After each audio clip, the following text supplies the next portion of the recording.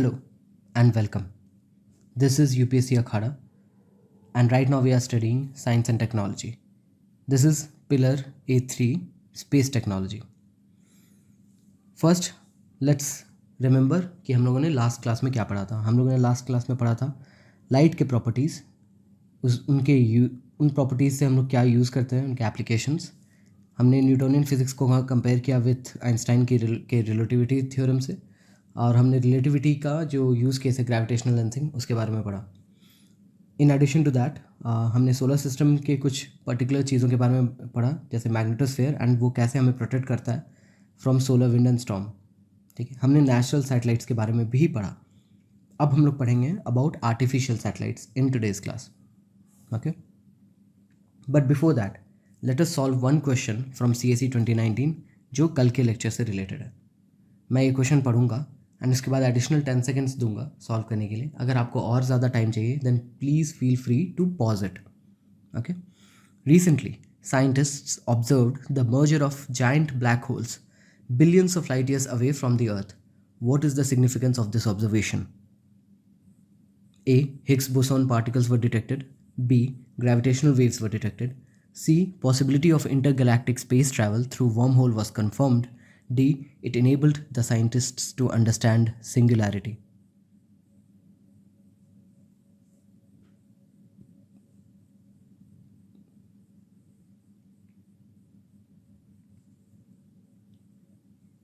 The answer is B. Gravitational waves were detected. Okay.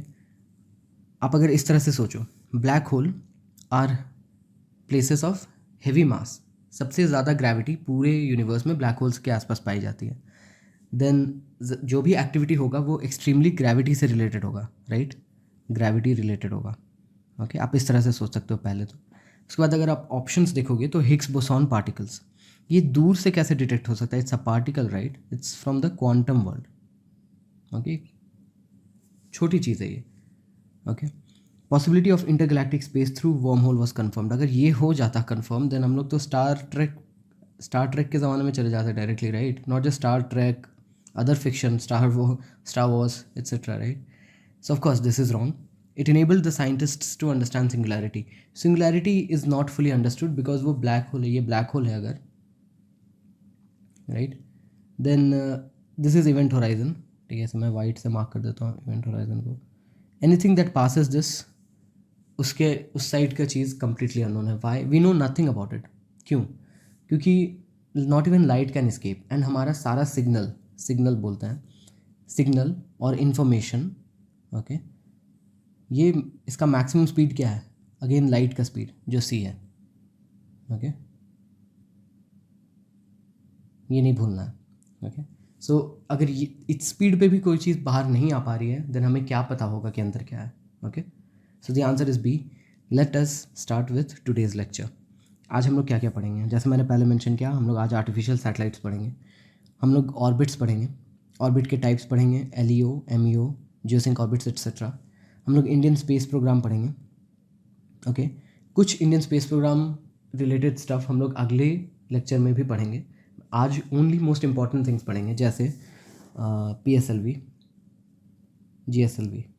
Okay, Chandrayaan 3 के बारे में पढ़ेंगे एंड इससे रिलेटेड एक मेंस क्वेश्चन करेंगे. चांसेस आर कि 2023 के मेंस में आए. मेंस प्रीलिम्स की तरह नहीं होता है जिसमें UPSC एकदम मोस्ट इंपॉर्टेंट चीज़ को अवॉइड कर देता है. जैसे प्रीलिम्स 2020 में जो कोविड ईयर था उसमें कोविड रिलेटेड कोई क्वेश्चन ही नहीं था. Okay, sorry, not 2020, I think 2021. Either way UPSC ने इग्नोर कर दिया वो टॉपिक कम्प्लीटली, जो सबसे बड़ा इवेंट था उस ईयर का. बट मेंस में ऐसा नहीं होता है. मेंस में they do ask things that are big, that are happening, that are in news. Okay, obvious topics भी पूछते हैं. So will do a question on Chandrayaan 3 in today's class. In addition to that हम लोग global positioning system जितने भी हैं अलग अलग कंट्रीज़ के, will just talk about it. Okay, and India वाला सिस्टम हम लोग समझेंगे which is NavIC. Before we begin I wanted to say this to you folks. आप ये जो सब्जेक्ट है स्पेस टेक, इसमें ज़्यादातर चीज़ जो है वो आपको एक्चुअली रोट लर्निंग करनी है. ठीक है, रोट लर्निंग करनी पड़ेगी, कोई ऑप्शन नहीं है. इस वाले क्लास को मैं ज़्यादा कंसेप्ट बेस्ड रखा हूँ ऑन पर्पस, बट नेक्स्ट वाली क्लास में आपको रोट लर्निंग करनी पड़ेगी, specially about when will talk about missions, जो स्पेस मिशंस हैं। यूपीएससी पहले भी पूछा है मल्टीपल टाइम्स, तो इसलिए हमें पढ़ना होगा। जैसे 2020 में लीसा पे क्वेश्चन था, ओके। सो एंड उसके बेसिकली कंसेप्ट, आपको बेसिक आइडिया होना चाहिए कि what that mission is about. तो थोड़ा स्लाइट डिटेल में, मतलब not extreme details but slight details में पूछना। And not just that, LISA was an older mission, मतलब ये न्यूज़ में भी नहीं था, ये 2015 का है, बट ये 2020 में आया, राइट। सो हम लोगों को थोड़ा रोट लर्निंग करना पड़ेगा, अनलाइक द प्रीवियस क्लासेस जिसमें ज़रा सा भी रोट लर्निंग नहीं, ओनली कंसेप्ट बेस्ड क्वेश्चन है, इसमें थोड़े थोड़े से हैं, ठीक है। बट आज की क्लास में नहीं, नेक्स्ट क्लास में और ज़्यादा होंगे, आज की क्लास में थोड़े से हैं, ठीक है। Let's start. Artificial satellite. An artificial satellite is an object जिसे जानबूझकर ऑर्बिट में डाला जाता है around a celestial body. Then the question would be कि ऑर्बिट क्या है, ठीक है, ऑर्बिट क्या है, ये हम लोग नेक्स्ट स्लाइड में पढ़ेंगे। पहले बस इतना समझ लेते हैं हम लोग कि आर्टिफिशियल सैटेलाइट क्या है। नेचुरल सैटेलाइट हमने पढ़ा था, राइट। नेचुरल सैटेलाइट यूजुअली जैसे ये प्लैनेट है, एक छोटा बॉडी जो उसे ऑर्बिट कर रहा है, ओके, उस बड़े से को, मतलब क्या है बेसिकली, ये इसका अपना परपेचुअल मोशन है, ठीक है, परपेचुअल मोशन में है वो, ठीक है।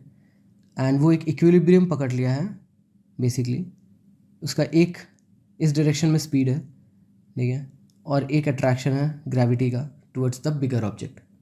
ओवरऑल उसे ये इक्विलिब्रियम मिल गया है जिसकी वजह से वो इस ऑर्बिट में है, ओके। ये नेचुरल सैटेलाइट था। सेम थिंग आर्टिफिशियल है, बट वो हम लोग ह्यूमंस जानबूझ के कर रहे हैं। बट ऐसा नहीं समझने का जरूरत है कि satellite is only on Earth. No, we have satellites orbiting Mars, we have satellites orbiting Venus, Mercury, okay. Right now at least जितने हैं, मून पे तो है ही obviously, there are missions on moon currently, and अभी तो ये जा ही रहा है चंद्रयान 3, एंड ये बेसिकली इसका मल्टीपल कंपोनेंट्स है, will talk about it in detail आगे, okay. And not just this, मतलब ऐसा नहीं है, इवन कोई भी आर्टिफिशियल ऑब्जेक्ट है इन ऑर्बिट उसे हम लोग आर्टिफिशियल सैटेलाइट ही बोलेंगे। Even ISS, international space station, जिसपे एस्ट्रोनॉट्स रहते हैं, that is also an artificial satellite actually, ठीक है। इसके कई कई तरह के यूजेज है, बट मोस्ट सबसे पहले इनिशियली इन्हें जब लॉन्च किया गया था तो उसका मेन एम था कम्युनिकेशन रिले, ओके। रिले क्या होता है बेसिकली? रिले होता है, ये एक ग्राउंड स्टेशन है, ठीक है, ये अनदर ग्राउंड स्टेशन है, ठीक है, बट अर्थ के कर्वेचर की वजह से ये डायरेक्टली कम्युनिकेट नहीं कर सकता है, बीच में अर्थ आ जाता है। सो क्या चाहिए हमें, हमने यहाँ पे एक सैटेलाइट डाल दिया स्पेस में, ये इसे कम्युनिकेट करेगा और फिर ये इसे कम्युनिकेट करेगा, okay. This is a communication relay. Weather forecasting, of course, navigation, सारे GPS जितने भी वो सैटेलाइट्स के थ्रू चलते हैं, जो भी लोकेशन हम लोग फ़ोन में यूज़ करते हैं बेसिकली, ब्रॉडकास्टिंग, साइंटिफिक रिसर्च और एंड अर्थ ऑब्जर्वेशन। इसके एडिशनली इसका कुछ मिलिट्री यूजेज भी है, जैसे reconnaissance, spy satellites basically, early warning, signal intelligence and potentially weapon delivery. Weapon delivery ये एकदम रिसेंट है बेसिकली, कुछ some amount of some particular weapon will be in space and will be going around earth for a long time until जब तक उसका use ना पड़े, right. For example कोई न्यूक्लियर वेपन है जिसे यहाँ पे स्टोर करके रखा गया है, and this entire satellite will D orbit over a particular country, and फिर वो न्यूक्लियर वेपन कैन बी डिटोनेटेड। तो बेसिकली एक new type of delivery system, like satellite delivery system, आप समझ सकते हो। अभी कितने लोगों ने ये बना के डाल चुका है, this is all secret high level tech, कि हमें इस पर we don't need to be concern about it, but ये this already exists, okay. Next, so yeah that was the question, right. यहाँ पे हम लोग ने हमें जानना था व्हाट इज़ एन ऑर्बिट, ठीक है। हम लोग अब यहाँ पे ये चीज़ जानेंगे। बेसिकली एक regular repeating path that one object in space takes around another one, चाहे वो अर्थ है, ये मून है, and this path is an orbit, okay. इसका मेन क्या है, ये यूजुअली कर्व्ड होता है, यूजुअली इनटू एन एलिप्स होता है, एंड ये पीरियोडिक होता है, एक सेट टाइम में वो वापस रिपीट होता है, ओके। बट एक बेसिक तरह से आप इस तरह से समझ सकते हो ना इस चीज़ को, कि आप मान लो कि ये ग्राउंड है एंड ये आप हो, ठीक है, और आपने एक पत्थर को फेंका, ठीक है। अगर आपने उसे आप धीरे फेंकोगे तो कहाँ गिरेगा? यहीं गिरेगा। आप अगर थोड़े ज़ोर से फेंकोगे तो यहाँ गिरेगा। आप अगर बहुत एनर्जी के साथ फेंको तो यहाँ गिरेगा, right. Why is this falling? Because there is an attraction between earth and this object. Basically gravitational pull है, ग्रेविटी की वजह से वो यहाँ गिर रही है, राइट। बट अगर आप इसे सफिशिएंट स्पीड से थ्रो करोगे देन वो क्या होगा ना, what, it will enter the orbit basically.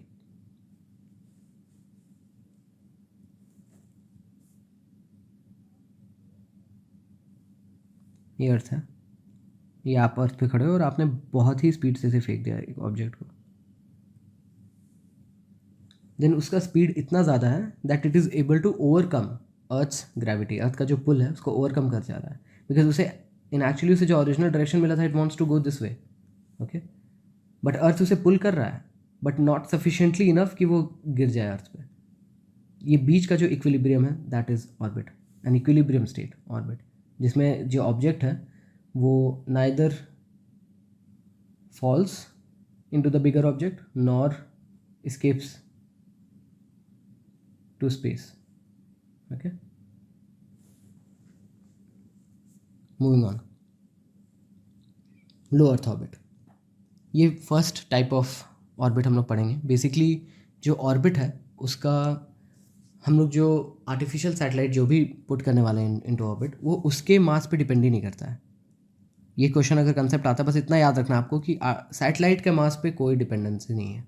क्यों? क्योंकि सैटेलाइट का मास अर्थ के कंपैरिजन में इतना मिनिस्क्यूल है कि हम लोग उसे काउंट ही नहीं करते हैं, कंसिडर भी नहीं करते हैं अपने फॉर्मूला में, ठीक है। आपको बस इतना याद रखना, उसका मास कितना भी हो, उसे एक पर्टिकुलर ऑल्टीट्यूड पे एक पर्टिकुलर स्पीड चाहिए to stay in orbit, okay. अगर स्पीड घटेगी तो वो अर्थ की ओर गिर जाएगा, और अगर स्पीड बढ़ेगी तो वो अर्थ के ऑर्बिट को छोड़ देगा, it will escape, okay.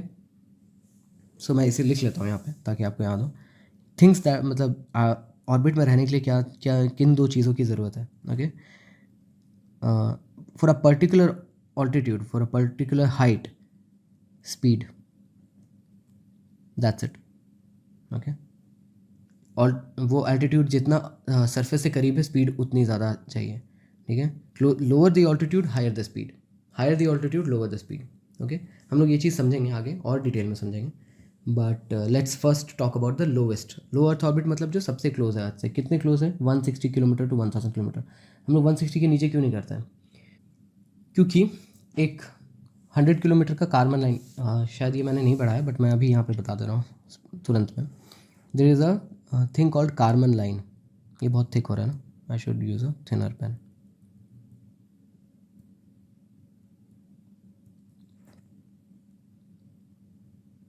Carbon line at 100 kilometres above the earth surface.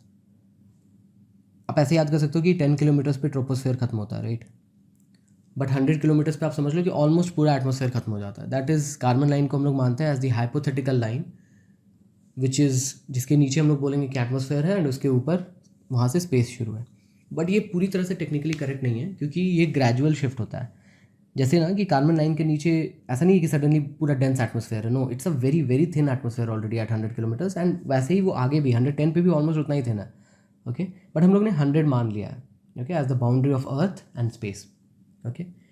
160 kilometre हम लोग क्यों लेते हैं? क्योंकि इसके नीचे इनफ पार्टिकल्स हैं एटमॉस्फेयर के, जिसकी वजह से एक चीज़ होता है जिसे हम लोग एटमॉस्फेरिक ड्रैग बोलते हैं। एटमॉस्फेरिक ड्रैग की वजह से जो सैटेलाइट है वो धीरे धीरे स्लो होने लगेगा। स्पेस में कोई फ्रिक्शन नहीं है, देयर इज़ नो एयर, कोई फ्रिक्शन नहीं है। आप सैटेलाइट को एक पर्टिकुलर स्पीड दे दो तो वो उसी ऑर्बिट में रहता है। स्लाइट करेक्शंस लगता है एवरी फ्यू डेज या एवरी फ्यू मंथ्स के बाद, बट अदरवाइज वो रहेगा उस ऑर्बिट में without in need of propulsion. उसे प्रपल्शन नहीं चाहिए होगा to stay in orbit. But 160 kilometre के नीचे एटमॉस्फेरिक ड्रैग होता है, जिसकी वजह से बेसिकली उस फ्रिक्शन की वजह से वो धीरे धीरे स्लो होने लग जाता है ऑर्बिट। इवन 160 किलोमीटर पे भी ये मौजूद है। तो ये 160 to 1000 kilometre low earth orbit, most satellites around 600 kilometre के आसपास में होता है, okay. This is the closest orbit to the surface, okay. The object in LEO needs to be at a high speed, जैसा कि मैंने अभी जस्ट बताया था, राइट। हमें स्पीड चाहिए to stay in orbit, and जो जितना कम ऑल्टीट्यूड पे उतनी ज़्यादा स्पीड चाहिए। सो इस इमेज में आप देखो, यहाँ पे लो अर्थ ऑर्बिट क्लोज है अर्थ से, मीडियम अर्थ ऑर्बिट आप देखो सेकंड नंबर पे है, एंड थर्ड नंबर पे जियोसिंक्रोनस अर्थ ऑर्बिट है। तो सबसे ज़्यादा किसे चाहिए होगा, एक सेकंड के लिए आप सोचो, सबसे ज़्यादा स्पीड किस सैटेलाइट को चाहिए? उस सैटेलाइट को जो लो अर्थ ऑर्बिट में, ओके। सबसे कम किसे चाहिए? जियो को, ओके। तो कितना, अगर क्या स्पीड होता है उस ऑब्जेक्ट का, हमें उस हाई स्पीड को याद रखने की ज़रूरत नहीं है, बट हमें क्या याद रखना है, हमें ये याद रखना है कि एक रिवोल्यूशन यूजुअली 90 to 120 मिनट्स में हो जाता है, ओके। वो इतने स्पीड से अर्थ का चक्कर काट रहा है, समझ लो कोई भी सैटेलाइट जो लो अर्थ ऑर्बिट में है, विच बेसिकली मीन्स कि 95% of all satellites, okay, is in low earth orbit. सारे स्टारलिंक के सैटेलाइट्स ऑलमोस्ट सारे लो अर्थ में है, ठीक है। मोस्ट कम्युनिकेशन सैटेलाइट्स यहीं पर है, मोस्ट इमेज टेकिंग सैटेलाइट्स भी इसी में है, ओके। जैसे आप गूगल मैप्स में आप सैटेलाइट इमेज खोलोगे ना, सैटेलाइट इमेज वो कहाँ से लिया हुआ है? वो एलियो से लिया हुआ है, ओके। अब देखो ISS, Starlink, Iridium, most communication satellites and some spy satellites इसी में होता है, ओके। इरिडियम सैटेलाइट ये बेसिकली आपका सैटेलाइट कॉलिंग के लिए है, ओके। ये आपके डिवाइसेस भी बनाता है, ये सैटेलाइट्स भी भेजा हुआ, आई थिंक 66 सैटेलाइट्स हैं, आई फॉरगॉट कितने एग्जैक्ट, बट आई थिंक 66 है जहाँ तक मुझे याद आ रहा है। 66 सैटेलाइट्स इरिडियम ने डाल रखे हैं लो अर्थ ऑर्बिट में, वो ऑल द टाइम अर्थ पे ऑलमोस्ट पूरा इलाके को कवर करता है। This satellite phone is used by most जितने भी ऑर्गेनाइजेशन है ना, इसी के सैटेलाइट्स यूज़ करते हैं, यानी बहुत दिनों से है बेसिकली, आई थिंक डेकेड्स हो गया बेसिकली इस सिस्टम को, but it still works, okay. Starlink एकदम रिसेंट है, एंड ये तो internet, satellite based internet provide कर रहा है। हम लोग ये भी पढ़ेंगे और ये भी पढ़ेंगे in detail in the next lecture, okay. ISS तो आप पता ही है, in international space station, even China का भी जो स्पेस स्टेशन है वो भी इसी में है, okay. Next which is medium earth orbit, this, इसकी हाइट क्या है? 2000 kilometre to 34,000 kilometre above mean sea level. अब आप ये बोलोगे कि ओके ये तो 1000 किलोमीटर तक था यहाँ पे, देन वाई इज़ इट यहाँ पे 2000 तक है, बीच का 1000 कहाँ गया? Basically there is no hard and fast rule, okay. Depend करता है कि आप किसे क्या बोलते हैं। 1000 किलोमीटर वाला भी जो सैटेलाइट है उसे लो अर्थ ऑर्बिट भी बोलते हैं, कुछ लोग उसे MEO भी बोलते हैं, क्योंकि ये बहुत फिक्स्ड नहीं है, and UPSC is not going to ask you, वो एक बॉल पार्क नंबर बोलेगा, वो बोलेगा 22,000, एंड एक्सपेक्ट करेगा फॉर यू टू रिमेंबर कि ये किस ऑर्बिट में आना चाहिए बेसिकली। ये 22,000 एकदम बीच का नंबर है, राइट, MEO में ही है ये, विदाउट अ डाउट ये MEO है, ओके। ऐसा पूछ चुका है, ये नंबर पूछ चुका है UPSC, so that's why I am mentioning this basically. But वो GEO के लिए पूछा था, GEO का 22,000 होता है, okay. Will get to that as well. Anyway, the object in MEO needs to be at a lower speed than LEO, ये मैंने कई बार बताया, राइट। हाईएस्ट स्पीड किसका है? LEO का। ये हमें याद रखना है, इसलिए मैं ये बार बार रिपीट कर रहा हूँ। हाईएस्ट स्पीड किसका? लो अर्थ ऑर्बिट का। मीडियम स्पीड मीडियम अर्थ ऑर्बिट का, and lowest speed geosynchronous and geostationary orbits का, ठीक है। कुछ communication satellites and most navigation based जो है ना, satellite based radio navigation system, जो basically GPS, we just simply call it GPS, but असल में GPS global positioning system is the name of this satellite based navigation system, जो US का है, and it is owned by the US military, okay. जो GLONASS है that is owned by the Russian military, okay. ये पूरी तरह से civilian नहीं है, विच इज़ वाई फ्यूचर में imagine if there is a global conflict, तो ये लोग इसे बंद कर सकते हैं, इसे रिस्ट्रिक्ट कर सकते हैं फॉर सिविलियन यूज़, एंड आपका ये काम करना बंद कर जाएगा आपके फ़ोन में। आपका phone multiple satellite based navigation system को कॉन्टैक्ट करता है। Will talk about this next वाले में, जहाँ पे ये नेक्स्ट क्लास में विल डिस्कस दिस बेसिकली। यहाँ पे इंपॉर्टेंट नहीं है, but we just need to remember कि सारे सैटेलाइट्स कहाँ हैं? MEO में है, ओके। ये सारे MEO में हैं, ओके। बट इंडिया का जो है वो MEO में नहीं है, ओके। नेक्स्ट स्लाइड में देखेंगे। ये है जियोसिंक्रोनस अर्थ ऑर्बिट। इस इमेज में बेसिकली थोड़ा ज़्यादा क्लैरिटी के साथ दिखा रहा है, that's why I added this,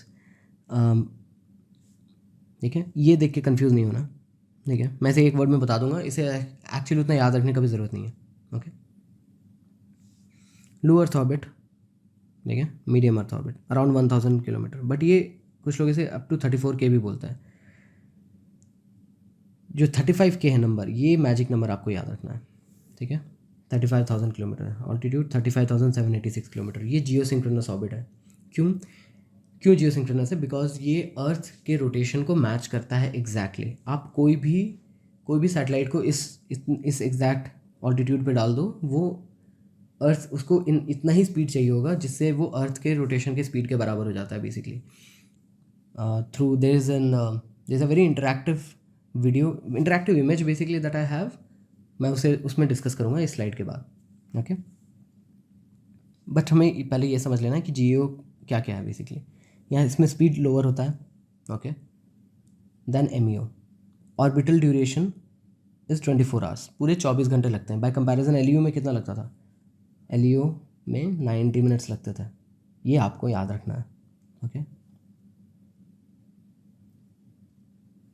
remote sensing and com satellites like satellite television weather sats इसमें है, okay. Indian navigation satellite system इसमें है, ठीक है, कंप्लीटली, ठीक है। 3 जियो स्टेशनरी है, ठीक है, जो मैं अगले स्लाइड में एक्सप्लेन करूँगा, एंड 4 जियो सिंक्रोनस है। ये फैक्ट आपको रट लेना है, ठीक है, जस्ट रिमेंबर इट। नाविक ही IRNSS है, ठीक है, सेम है, ये इसका कोलोकियल नेम है नाविक। जियो सिंक्रोनस ऑर्बिट का एक पर्टिकुलर केस है जियोसिंक्रोनस इक्वेटोरियल ऑर्बिट। इसमें जो सैटेलाइट है वो इक्वेटर के जस्ट ऊपर उड़ रहा है, ये देखो आप, इक्वेटर के जस्ट ऊपर उड़ नहीं रहा बोलना चाहिए, इन ऑर्बिट है, ओके। इससे क्या होता है ना कि अर्थ भी इक्वेटर वो पॉइंट है जिसमें अर्थ भी रोटेट कर रहा है सेम। तो ये बेसिकली हमेशा ऐसा दिखेगा ना, जो भी पर्सन इस इक्वेटर पे खड़ा है ना उसे दिखेगा कि ये स्टिल है, ये आसमान में स्टिल है, ओके। एक्चुअली कोई इक्वेटर पे नहीं भी है ना तो भी उसे ये स्टिल ही दिखेगा आसमान में, because it will be moving with other stellar objects Earth के पर्सपेक्टिव से, ठीक है। समझ आए? ठीक है, नहीं समझ आए रट लो, okay. Special type of geosynchronous orbit है जिसमें object appears to be fixed in the sky. Object क्या है यहाँ पे? Artificial satellite, okay. Great for taking pictures of equatorial regions, क्योंकि वो हमेशा कंप्लीटली फोकस्ड है on equatorial region. India is also under equatorial region में आता है, दैट इज़ वाई इंडिया का जो नेविक सिस्टम है उसमें मैंने क्या बताया था, 3 जियो स्टेशनरी है। जियो स्टेशनरी कौन सा ऑर्बिट हुआ? जियो सिंक्रोनस इक्वेटोरियल ऑर्बिट। वो जियो सिंक्रोनस ऑर्बिट, वो 24 घंटे वाला ऑर्बिट जिसमें artificial satellite is right over the equator, okay. And वो इक्वेटर पे भी अगर है ना, then it can take pictures from a little bit further from equator. हाँ, definitely not, it is not good for polar regions, वहाँ के नहीं ले सकता वो। इवन ये जो टेम्परेट रीजन्स होते हैं पोलर एंड इक्वेटोरियल के बीच में, उनके भी इमेजेस वो अच्छे से नहीं ले सकता। बट अप टू से 30 डिग्रीज नॉर्थ 30 डिग्री साउथ बहुत अच्छा है, उसके लिए बहुत ही अच्छे फोटोज़ वो ले सकता है, ओके। सम सैटेलाइट्स मैंने यहाँ पे लिखा है, 3 है एग्जैक्ट, ओके। ऑल्टीट्यूड एकदम फिक्स्ड है 35,786 किलोमीटर्स, ये नंबर भी आपको रट लेना। अगर ये नंबर एग्जैक्ट नहीं याद है 35 के याद रखना है, ओके। बॉल पार्क याद रखना है, ball park number basically. Ball park मतलब क्या? आसपास, okay. Next is polar orbit, ये लास्ट ऑर्बिट है हम लोग जो पढ़ेंगे, उसके बाद मैं डिटेल में एक इंटरैक्टिव इमेज दिखाऊंगा, okay. Basically it's a special type of low earth orbit जिसमें जो सैटेलाइट है वो वर्टिकली अर्थ का चक्कर काटता है, okay, vertically moves from north to south और south to north. Great for taking pictures of polar regions को कवर करने में बहुत यूज़फुल होता है, एंड हाई लैटिट्यूड्स। बिकॉज अगर कोई भी सैटेलाइट अगर ऐसे कवर कर रहा है देन वो ऑब्वियसली जो इक्वेटोरियल रीजन है उसको बेहतर कवर करेगा, right. So to counter that हमें क्या करना होगा, हमें ऐसे सैटेलाइट्स को घुमाना पड़ेगा। Some satellites of Starlink are at this orbit, okay. This is wrong, ये गलती से मेरे से कॉपी हो गया, ये पूरी तरह से गलत है, ये ऑल्टीट्यूड सही नहीं है। इसका ऑल्टीट्यूड रियल है 650 kilometres, 650 kilometres above the surface, ठीक है। ये गलत है, एकदम गलत है, ओके। एग्जैक्टली ये याद रखना, 650 kilometres above the earth surface, okay. अब मैं वो इंटरेक्टिव वीडियो दिखाता हूँ जिसमें ये चीज़ बहुत क्लियरली दिया हुआ है। उसमें स्पीड भी दिया हुआ है, उसमें ऑर्बिट भी दिया हुआ है, उसमें और एल्टीट्यूड भी दिया हुआ है, ठीक है। एग्जाम्पल्स भी दिए हुए हैं, राइट। सबसे पहले मैं जो बोलना चाहूँगा आपको देखने के लिए वो ये है, यहाँ देखो आप, ओके, ये टाइम है, ये स्पीड बढ़ाया हुआ है, ठीक है, this is the clock, but speed बढ़ाया हुआ है टू मेक यू अंडरस्टैंड कि कहाँ पे क्या स्पीड चल रहा है, राइट। बेटर सिमुलेशन होता है इससे, ओके। ये मैंने पॉइंटर लिया है ताकि आपको नज़र आए अच्छे से क्लियरली। आप ये देखो यहाँ पे ये सारे लो अर्थ ऑर्बिट है, आप देखो कि ये सरफेस से कितना क्लोज दिख रहा है bye comparison medium earth orbit कितनी दूर है, एंड ये तो even further away, okay, geosynchronous orbit, okay.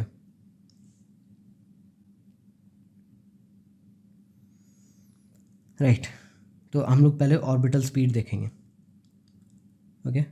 Orbital speed आप देखो सबसे ज़्यादा कहाँ पे है, सबसे क्लोज जो सरफेस है 25,000 किलोमीटर an hour। आप माइल्स पर आवर इग्नोर कर दो, आप बस किलोमीटर an hour देखो, आप देखो कि ये घट रहा है विथ ऑल्टीट्यूड, ये घट रहा है, ठीक है, ये ऑर्बिटल स्पीड है। सबसे कम का है GAO का। बेसिकली इतना याद रखना है किसका ज़्यादा कितना कम है, ये नंबर आपको याद नहीं रखना, ये नंबर याद नहीं रखना है, ओके। सबसे कम किसका है स्पीड, GAO का। सबसे ज़्यादा किसका है, जो क्लोजेस्ट है सरफेस से, LEO का, okay. Height above sea level, of course जो GAO है वो सबसे दूर है, सबसे फर्दर अवे, ओके।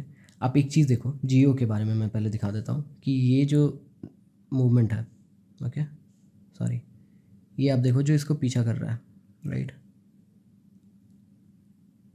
आप ये देखो ये सरफेस से एग्जैक्ट ये जुड़ा हुआ है अर्थ के सरफेस से, एंड उसी स्पीड पे ये, ठीक है। ये जियो स्टेशनरी अर्थ ऑर्बिट है, ये स्पेसिफिक केस है ऑफ जियो सिंक्रोनस ऑर्बिट। सारे जियो सिंक्रोनस ऑर्बिट्स 24 आवर के होते हैं, but Jio stationery earth orbit का वो एग्जैक्टली मैच करता है इक्वेटर के ऊपर, जिसकी वजह से वो दिखता है कि वो स्टिल है। सो सी एनी पर्सन, जहाँ पे ये लाइन खत्म होता है अर्थ पे, एनी पर्सन स्टैंडिंग देयर, वो ऊपर देखेगा आसमान में, उसे लगेगा कि ये फिक्स्ड है एट वन पॉइंट, ओके। सो ये क्लियर हो गया जियो स्टेशनरी अर्थ ऑर्बिट, जो स्पेशल केस है जियो सिंक्रोनस का, ओके। अब हम लोग देखेंगे रेडियस। आप देखोगे रेडियस बढ़ते जा रहा है ऑर्बिट का, ठीक है, this is obvious. Orbital period on the other hand, ये क्या है सर, इतना क्लोज का 90 मिनट्स होता है, मैंने बताया था, राइट, 90 मिनट्स बताया था। ISS इसी में है, ठीक है, हबल टेलीस्कोप इसी में है, इरिडियम कम्युनिकेशन सैटेलाइट सिस्टम्स, ठीक है, इसके 66 सैटेलाइट्स इसी में है, ठीक है। फिर आप देखो ऑर्बिटल पीरियड बढ़ते जा रहा है, लाइक मीडियम अर्थ ऑर्बिट में जिसमें ज़्यादातर GPS है, देखो GPS भी मेंशन है यहाँ पे, ये GPS का ऑर्बिट है, ठीक है। ये गैलीलियो का है, गैलीलियो क्या है, गैलीलियो ये ग्लोबल पोजिशनिंग सिस्टम, ये लोकेशन बेस्ड सर्विस है, किसका है, यूरोपियन यूनियन का, ओके। अबाउट 15 आवर्स है इन लोग का time orbital period, and Jio stationery orbit का क्या है ऑर्बिटल पीरियड, 24 आवर्स, ओके। ये कभी नहीं बोलना है। अब देखो बेडू भी मेंशन है यहाँ पे, बेडू किसका है, चाइना का है। ग्लोनास किसका है, रशिया का है। ये सारे मीडियम अर्थ ऑर्बिट में, बट इंडिया ने इसे जियो स्टेशनरी ऑर्बिट में, sorry not Jio stationery, Jio synchronous orbits में 4 और जियो स्टेशनरी ऑर्बिट्स में 3 डाला है अपना, जिसका नाम है नाविक या IRNSS, ओके। तो हम लोग उसके बारे में भी बात करेंगे। एक और चीज़ मैं यहाँ पे रिमाइंड कर रहा हूँ, मैंने सेकेंड क्लास में इनर वैन एलन बेल्ट के बारे में बताया था, ओके। क्या था ये, क्विकली रिवाइज कर दे रहा हूँ मैं, फिर से रिमाइंड हो जाएगा आपको। ये वो बेल्ट है जिसमें अर्थ के मैग्नेटोस्फीयर की वजह से जो सोलर स्टॉर्म से चार्ज पार्टिकल्स अर्थ की ओर आते हैं, वो मैग्नेटोस्फीयर की वजह से यहाँ पे फंस जाते हैं। तो इस पूरे इलाके में बहुत सारा चार्ज पार्टिकल होता है। मैं ये क्यों बता रहा हूँ, इस क्लास में क्यों रिमाइंड कर रहा हूँ, ये आगे आपको समझ आएगा जब हम लोग चंद्रयान के बारे में पढ़ेंगे, ओके। ये इनर वैन एलन बेल्ट, ये याद रखना है किससे एसोसिएटेड है, charge particles coming from sun, ठीक है। Moving to the next slide. Now we are starting with the Indian space programme, okay. ISRO, जो अभी प्रेजेंट नाम है सबको जानते हैं हम लोग, इनको स्पार्क के नाम से स्टार्ट हुआ था with the efforts of doctor Vikram Sarabhai. ये फैक्ट याद रखना ज़रूरत नहीं है, UPSC पुराने फैक्ट्स नहीं पूछता। पहले पुराना ऑब्जेक्टिव ये था कि हमें एसेंशियल सैटेलाइट कम्युनिकेशन चाहिए था, ठीक है। फिर अगला इंपॉर्टेंट एस्पेक्ट हो गया ब्रॉडकास्ट चाहिए था, ठीक है, ब्रॉडकास्ट ऑफ न्यूज़, रेडियो, ठीक है। Space exploration and private use of space अब मेन ऑब्जेक्टिव है इसका, ठीक है, नॉट जस्ट प्राइवेट, ठीक है, space exploration, R&D, education, sorry education, ये मेन है, ठीक है। ये न्यू कंपनीज है in space and NSIL, new space India limited, ऐसा कुछ नाम है इसका, NSIL, okay. First country to place a satellite in Mars orbit at first try, ये one of the biggest achievements है हम लोग का। ये अगले स्लाइड पे अच्छे से पढ़ता है क्या क्या रीसेंट माइलस्टोन्स है। Recent milestones of ISRO, okay. Scramjet engine, ये मैं डिफेंस में अच्छे से पढ़ाऊंगा, सो आपको टेंशन लेने का ज़रूरत नहीं है, बट मैं क्विकली यहाँ पे मेंशन कर देता हूँ। SC का यहाँ पे फुल फॉर्म है, it's a special type of ramjet engine जो सुपरसोनिक है एंड एयर कंप्रेस होता है इसमें। ये एयर ब्रीदेबल इंजन है, ठीक है, मतलब ये हवा से while it flies it takes in oxygen. We don't need to remember अभी right now, but later on के लिए मैं पिलर सी में भी बताऊँगा। Gaganyaan, okay, human space flight mission है ये, ठीक है, इंडिया का अपना। First country to place satellite into Mars orbit at first try, ये तो आपको पता होगा, मॉम मिशन, ठीक है। मंगलयान बहुत न्यूज़ में था फ्यू ईयर्स अगो, और तो अब चांसेस कम है इसका कुछ भी क्वेश्चन यूपीएससी में आने का। नाविक, इसका चांस हमेशा है यूपीएससी में कभी भी आने का, ठीक है। ये IRNSS इसी सेम चीज़ है, GAGAN IRNSS for civil aviation, similar things है बेसिकली। बट मैंने पहले क्या बताया था स्टार्टिंग में कि रोट लर्निंग करना पड़ेगा, राइट। इसलिए मैं बार बार एक ही चीज़ रिपीट कर रहा हूँ। कितने सैटेलाइट्स हैं नाविक के? 7 हैं। 3 है जियो स्टेशनरी में, ठीक है, मैं फिर से लिख दे रहा हूँ, जियो स्टेशनरी में, मतलब ये स्टिल दिखेगा हमें। 4 हैं जियो सिंक्रोनस में, ये स्टिल नहीं दिखेगा।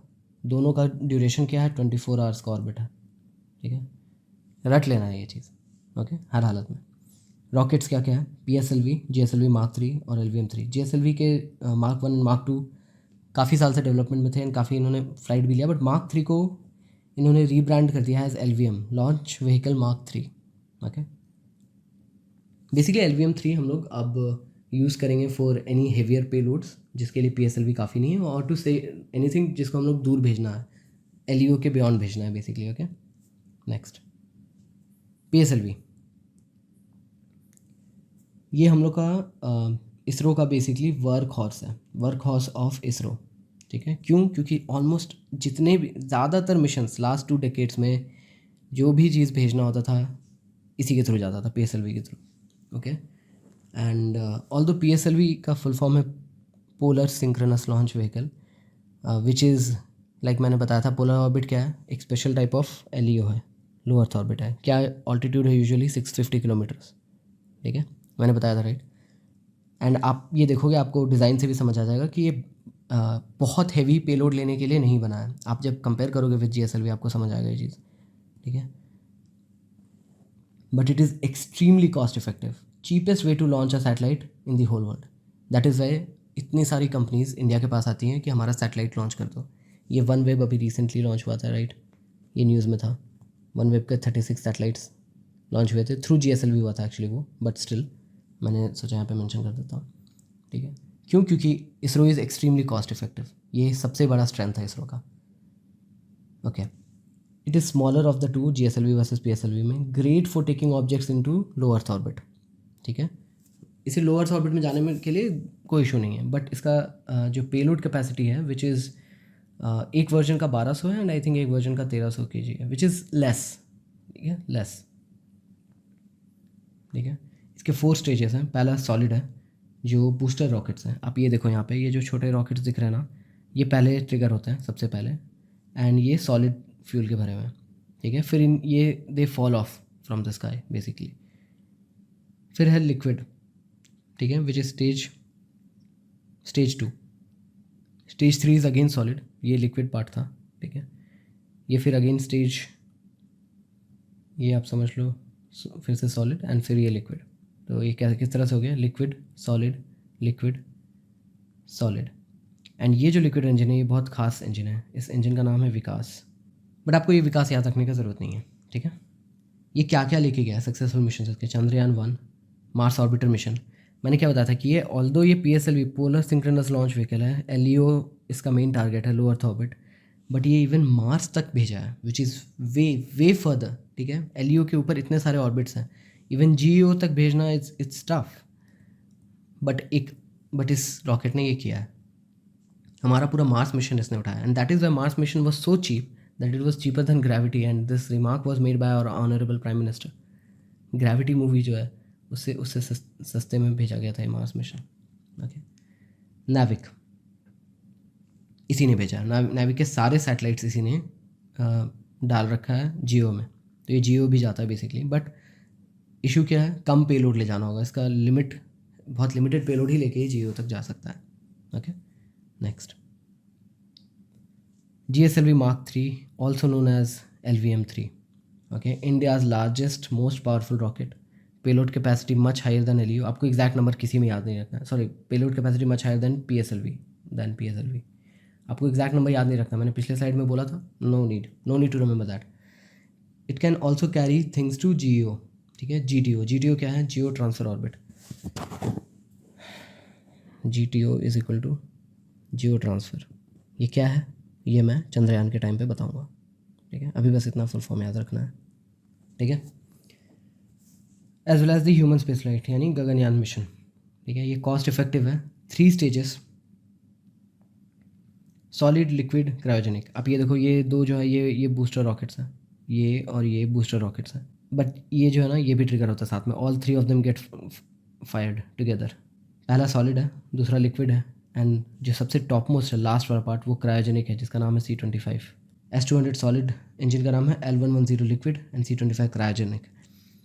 ये जो नेम्स है ना, इस तरह से UPSC फ्रेम कर सकता है। ठीक है, आप बोलोगे क्या याद रखना है, मैंने क्यों दिया यहाँ पे। UPSC can frame it like this, S-200, L-110 and C-25 are components of या इज़ अ टाइप ऑफ। ठीक है, तो क्या होगा, रॉकेट इंजन है इसका आंसर। ठीक है, आपको इतना बस याद रखना है, क्या है बस ये, दैट्स इट। ओके, चंद्रयान 3 यही लेके निकला है। ठीक है, ये लॉन्च हो गया already on 14th, right, 14 July 2023। One web के 36 सैटेलाइट्स को इसी ने प्लेस किया था in the orbit. Next, Chandrayaan 3। Chandrayaan 3 क्या क्या कैरी कर रहा है। ठीक है, लैंडर वो कंपोनेंट है चंद्रयान 3 का जो मून पे बस लैंड करेगा, ये ऑन द सरफेस ये लैंड करेगा। इसके थ्रू निकलेगा एक रोवर जो थोड़ी दूर जाएगा एंड अलग टेस्टिंग वगैरह करेगा। ओके, लेट्स होप कि ये सक्सेसफुल हो जाए। ये अगस्त में पहुंचेगा ये मिशन। ठीक है, काफ़ी लंबा टाइम लेगा, बहुत स्लोली पहुंचेगा। मैं ये भी बताऊंगा कि क्यों ये इतना टाइम ले रहा है। ठीक है, सबसे पहले कि इस लैंडर में क्या क्या है, रंभा, चास्ट, इल्सा। आपको ये नहीं याद रखना है, ये एस्पेक्ट याद नहीं करना है। आपको क्यूरियोसिटी है तो आप पढ़ सकते हो, अगर आपका इसमें इंटरेस्ट है तो good for you, but I don't think कि UPSC ऐसा क्वेश्चन पूछेगा। But what it might ask is this, Rambha, LP, ChaSTE and ILSA are parts of which mission. Okay, समझ गए आप। लूनर सिस्मिक एक्टिविटी के लिए एक भेजा गया है, इल्सा का फुल फॉर्म है। अगर आप इसे याद रख सकते हो well and good, otherwise just rote learning कर लो आप ये 3 नेम। ओके, और भी 2 नेम मैं दूंगा नेक्स्ट स्लाइड में। क्या याद रखना है, रंभा, चास्ट एंड इल्सा। ठीक है, 2 और नेम याद रखना है, वो हैं रोवर पेलोड्स। जो निकल के जाएगा उस लैंडर से एंड आगे एक्सप्लोरेशन करेगा, उसमें ये है particle X ray spectrometer APXS and LIBS, laser introduce breakdown spectroscope. बहुत सारे स्पेक्ट्रोस्कोप अलग अलग टाइप के रोवर्स में भेजे जा चुके हैं। मार्स के रोवर्स में नासा भेज चुका है। ठीक है, स्पेक्ट्रोस्कोप क्या करता है, वो एलिमेंटल पार्टिकल्स डिटरमिन करता है कि क्या क्या चीज़ का बना हुआ है ये, बिकॉज वहाँ से मिट्टी लाने का प्लान नहीं है। ठीक है, मून का मिट्टी वापस अर्थ पे लाने का कोई प्लान नहीं है, वापस कुछ भी रिट्रीव करने का प्लान नहीं है एक्चुअली इस मिशन में। सो वो वहीं पे वो रिसर्च करेगा। ठीक है, APXS लिब्स, बस ये नाम याद रखना है। प्रोपल्शन मॉड्यूल पेलोड, ठीक है, ये याद रखने का ज़रूरत नहीं है आपको, ये will just forget about this. ठीक है, we don't need to do this. ठीक है, मैंने ऐड कर दिया था यहाँ पे, फिर आई लेटर रियलाइज इतना इन्फॉर्मेशन एक पर्सन याद नहीं रख सकता। हम लोगों को एकदम फोकस्ड लिमिटेड इन्फॉर्मेशन याद रखना है। ठीक है, नेक्स्ट, चंद्रयान 3 कैसे जा रहा है। ठीक है, क्यों इतना ज़्यादा टाइम लग रहा है, राइट। आपको अगर याद हो या आई डोंट नो, मैं बता देता हूँ जस्ट। अपोलो 11 जो नील आर्मस्ट्रॉन्ग इन लोगों को लेके पहुंचा था मून पे, उसे सिर्फ 4 दिन लगे थे, 4 days, and that was 50 years ago। तो हम लोग 50 years लेटर टेक्नोलॉजी में ये क्या ऐसा कर रहे हैं कि इसे 1 महीने से ज़्यादा टाइम लग रहा है। उसके पीछे रीज़न है कि उनमें ह्यूमंस थे, ठीक है, एंड ह्यूमंस का नीड होता है बहुत सारा, ठीक है, लाइक फूड, ठीक है, इवन साइकोलॉजिकल नीड कि उतना देर तक एक छोटे से स्पेस क्राफ्ट में रहना, साइकोलॉजिकल नीड्स, फिजियोलॉजिकल नीड्स होता है, ठीक है, जैसे फूड ही है, फूड भी फिजियोलॉजिकल नीड है, going to the washroom is a physiological need. So these create problem अगर ये डेज़ का संख्या बढ़ेगा तो वो क्या करेंगे ना, they launched with a even more powerful rocket जो हमारे पास अभी नहीं है, ठीक है। इवन जो GSLV जो हमारा जो मोस्ट पावरफुल रॉकेट है वो मीडियम साइज्ड है, ठीक है, वो मीडियम कैटेगरी में उसे रखा जाता है, ठीक है। इससे बड़े बड़े रॉकेट्स हैं ऑलरेडी, एग्जिस्ट करता है, ठीक है। तो वो बहुत पावरफुल रॉकेट यूज़ किया गया था एंड वो ऑलमोस्ट 1 या 2 शायद एक सिंगल ऑर्बिट के बाद it was pushed away from earth, I should use a different colour, and they reached moon. ये ऑन द अदर हैंड ये बहुत ज़्यादा फ्यूल सेव करेगा, ठीक है, हमारा जो चंद्रयान मिशन है। एंड इवन लास्ट चंद्रयान 2 भी आई रिमेंबर वो इसी तरह से गया था। वो क्या करेगा, वो जियो ट्रांसफर ऑर्बिट में जाएगा। Geo transfer orbit is an orbit काफ़ी further away from earth actually, जिसका मेन गोल होता है to go further into the solar system, earth से दूर जाने का। एंड वो क्यों स्पेशल क्यों है, आपको बस इतना याद रखना है कि it's an elliptical orbit, elliptical है, बहुत ज़बरदस्त इलिप्टिकल है, जिसका एक एंड अर्थ से काफ़ी क्लोज रहेगा, या जिस भी मैसिव ऑब्जेक्ट के चक्कर लगा रहा है ये geo transfer orbit. Geo is actually earth, no, geo transfer orbit किसी भी दूसरे के लिए, जियो ट्रांसफर अर्थ से रिलेटेड है। बेसिकली आप इसमें समझो ये पूरा का पूरा ये जियो ट्रांसफर ऑर्बिट्स है। क्या करता है, एक तरफ दूर जाता है एंड दूर में वो स्लो रहता है, then it actually it lets itself fall, खुद से एक्सीलरेट नहीं करता, it lets itself fall, Earth की ओर अट्रैक्ट होने, अर्थ की तरफ अट्रैक्ट होता है थ्रू ग्रेविटी, एंड वो इसे ग्रेविटी असिस्ट बोलते हैं इस चीज़ को। ग्रेविटी की वजह से वो उसका स्पीड इंक्रीज होता है and at last moment it fires its engines and escapes earth, मतलब अर्थ पे गिरने से वो स्केप कर जाता है। उससे क्या होता है, उसका स्पीड बढ़ते जाता है। This way it will keep increasing its speed, ठीक है। And after certain rounds of manoeuvres वो फाइनल एक बार में वो अपना स्पीड इंक्रीज करके इट विल जस्ट गो, क्योंकि ये प्रपोल्शन सिस्टम है, ओके, जिसमें लैंडर भी है, रोवर भी है, सब कुछ है। And then it will go towards moon, and moon के से पहुंचने से पहले भी इसे स्लो डाउन करने के लिए किसी भी ऑब्जेक्ट को, मैंने बताया था ना उस क्लास में, मैंने सेकेंड क्लास में मैंने बताया था न्यूटोनियन फिजिक्स में कि एनी लॉ है, जब तक एक्सटर्नल फोर्स अप्लाई नहीं होगा तब तक कोई चेंज नहीं होगा। सो अगर वो एक स्पीड पकड़ लिया स्पेस में, वो इसी स्पीड पे चलता रहेगा। बट मून पे लैंड करने के लिए उसे स्लो डाउन करना है, देन अगेन स्लो डाउन करने के लिए आपको फ्यूल चाहिए। वो फ्यूल बचाने के लिए क्या करेगा, अगेन वो ग्रेविटी असिस्ट करेगा, only this time it will try to slow down. वो एक ऐसे में आ जाएगा जिसमें ऐसे वो फिर it will go down, okay, slowly. This takes lots of time, ठीक है, टाइम बहुत लगता है। बट अगर ऑन बोर्ड ह्यूमंस नहीं है एंड उनका कोई फिजियोलॉजिकल नीड ही नहीं है, कोई साइकोलॉजिकल नीड भी नहीं है, then we can take time, right, and हम लोग उस पर we can cut down on costs, conserves fuel significantly, but takes a lot of time. अगर आपने इंटरस्टेलर मूवी देखी है तो उसमें वो लोग यही चीज़ ब्लैक होल के साथ करता है, ठीक है, एक ट्रांसफर ऑर्बिट लेते हैं ब्लैक होल से ऐसे करके to increase their speed, okay, because उनके they had run out of fuel, okay. अब मैं ये क्यों बता रहा था, मैंने एक जगह पे मेंशन किया था कि वैन एलन बेल्ट मैंने क्यों मेंशन किया, उसके पीछे रीज़न है। जो ह्यूमंस है ना, अगर उनको इस ऑर्बिट में ऐसे रखा जाएगा इतनी देर तक तो उन पे रेडिएशन का बहुत रिस्क होगा। क्यों, क्योंकि ये वैन एलन बेल्ट इलाका है, ये वैन एलन, ठीक है, ये मैंने इसलिए सेकंड में भी पढ़ाया था और यहाँ भी पढ़ाया था। बट चंद्रयान को कोई इशू नहीं है because on board there are no humans, तो वो इस वैन एलन बेल्ट में रह सकता है काफ़ी देर to save fuel. Next, now will do a mains practice question on Chandrayaan, ठीक है। मैं क्वेश्चन पढ़ूंगा, ठीक है, उसके बाद आप इस वीडियो को पॉज कर लेना, but B honest with your self and give your self only 12 minutes, 12 minutes में इसको लिखना है, ठीक है। बहुत अगर आपसे नहीं एकदम कंक्लूड कर पे पहुंच गए then maybe take another minute, 30 minutes, but आपको ये चीज़ प्रैक्टिस करनी होगी to solve this question in 11 minutes. इस क्वेश्चन के लिए आपके पास 11 मिनट ही होता है, ठीक है। मैं एक्स्ट्रा 2-3 मिनट क्यों दे रहा हूँ, क्योंकि we are not close to the exam, and enough practice भी नहीं है, दैट इज़ वाई मैंने एक्स्ट्रा 2-3 मिनट्स के लिए आपको बोल रहा। Be honest with yourself, आप टाइमर सेट करो एंड 12 से 13 मिनट में इसे सॉल्व करो, ठीक है। Let's go. India has been battling poverty for over 7 decades, and yet eradicating it is not even on the horizon. Amidst this, the launch of Chandrayaan 3 suggests India's priorities are misplaced. Critically analyze. अब आप ये video को pause कर लो, क्योंकि अब मैं next slide जाऊंगा जिसमें मॉडल आंसर दिया हुआ है। ओके, आई होप आप लोगों ने ये लिख लिया है, ठीक है। अब मैं नेक्स्ट स्लाइड जा रहा हूँ। क्वेश्चन हमेशा सबसे इंपॉर्टेंट है, क्वेश्चन ध्यान से पढ़ना। ओके, यहाँ पे लिखा है critically analyse. When it says, जब डायरेक्टिव कीवर्ड क्रिटिकली एनालाइज हो या क्रिटिकली कमेंट हो, इसका क्या मतलब है कि ये जो भी इन्वर्टेड कॉमर्स में दिया हुआ है, इस चीज़ को आपको ऑलमोस्ट नियरली क्रिटिसाइज करना है। मतलब एकदम ये नहीं कि बुरा भला बोलना है, बट आपको इस वे में इस आंसर को लिखना है कि नहीं, ये जो आइडिया है this is not correct but this is the correct idea. इस तरह से आपको एक्सप्रेस करना है अपने आंसर को, ठीक है। तो हम लोग इंट्रोडक्शन में सबसे पहले क्या लिखेंगे, हम लोग लिखेंगे अबाउट ये चंद्रयान 3 है, राइट। हम लोग स्टार्ट करेंगे इंडियन स्पेस प्रोग्राम से, न्यू माइलस्टोन्स बना रहा है, न्यू डिस्कवरीज कर रहा है, ठीक है। We have to mention something like Chandrayaan जो ये था 1 था, आई रिमेंबर, वो डिस्कवर किया था water on south pole.